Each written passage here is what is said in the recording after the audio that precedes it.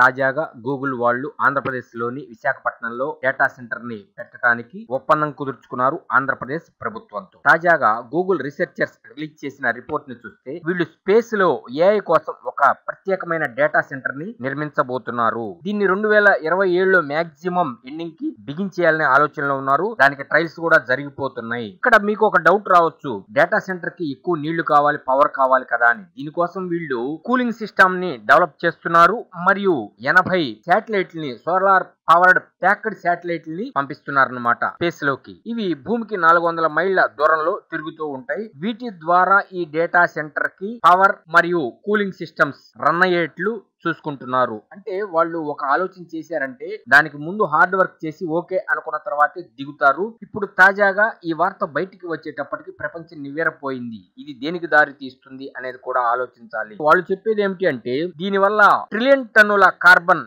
Release కాదు, దాని వల్ల భూమికి హాని ఏమీ ఉండదు. సోలార్ పవర్ ను ఉపయోగించుకొని నడిచే డేటా సెంటర్ ఇది.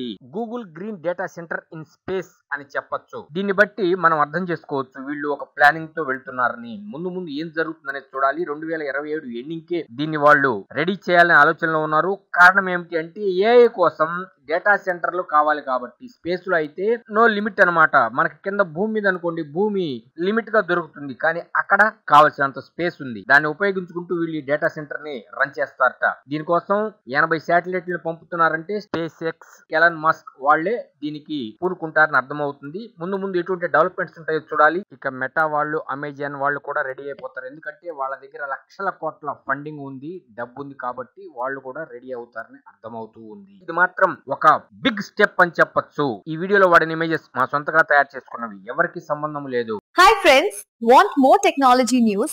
Please subscribe to VKT News YouTube channel.